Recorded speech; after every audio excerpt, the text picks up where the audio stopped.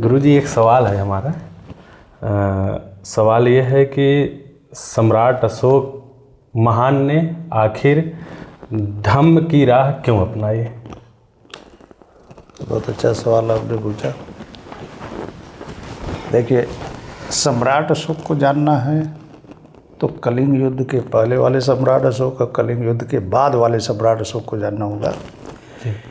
कलिंग युद्ध से पहले सम्राट अशोक चंडा अशोक के नाम से जाने थे, जिनका मूल उद्देश्य राष्ट्रहित था और राष्ट्रहित के लिए साम्राज्यवादी विस्तार नीति पर वो चल रहे थे।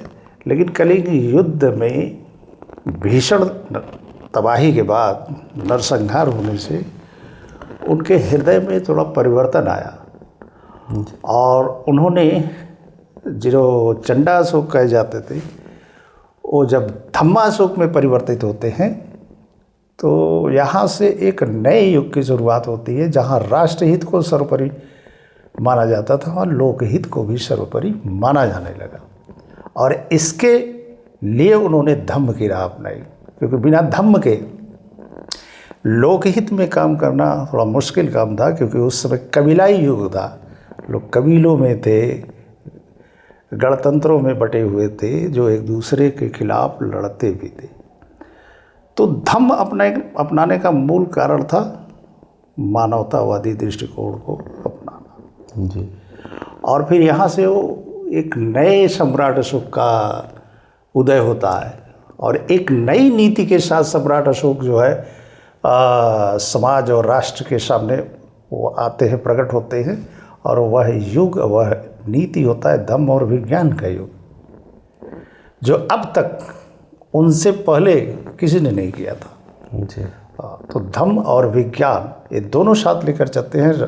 जहाँ राष्ट्रहित को सर्वोपरि माना जाता, साम्राज्य विस्तार की नीति पर चल रहे थे, वहाँ अब वो लोकहित के नीति पर आते हैं। और इसी को मद्देनजर रखते हुए उन्होंने धम्म और विज्ञान को लिया। इसके लिए धम्म क्या है? धम्म जो है मनुष्य के जीवन जीने की कला है, और विज्ञान की जो अवधारणा है वो शोध, अनुसंधान और खोज की अवधारणा है, जो आज के आधुनिक युग में ये चीज़ें लागू है।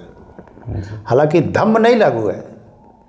और उनके इसी उद्देश्य को मद्देनज़र रखते हुए स्वामी विवेकानंद ने अपनी पुस्तक मेरा भारत अमर भारत में लिखा कि संसार को अब धर्म और विज्ञान का गठजोड़ चाहिए।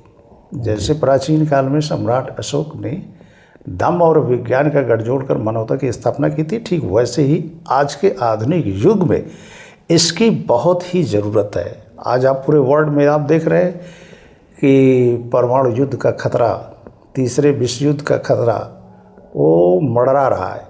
ऐसे में अगर कहीं भी परमाणु युद्ध हो गया तो पूरी पृथ्वी के लिए बहुत खतरनाक स्थिति पैदा हो जाएगी।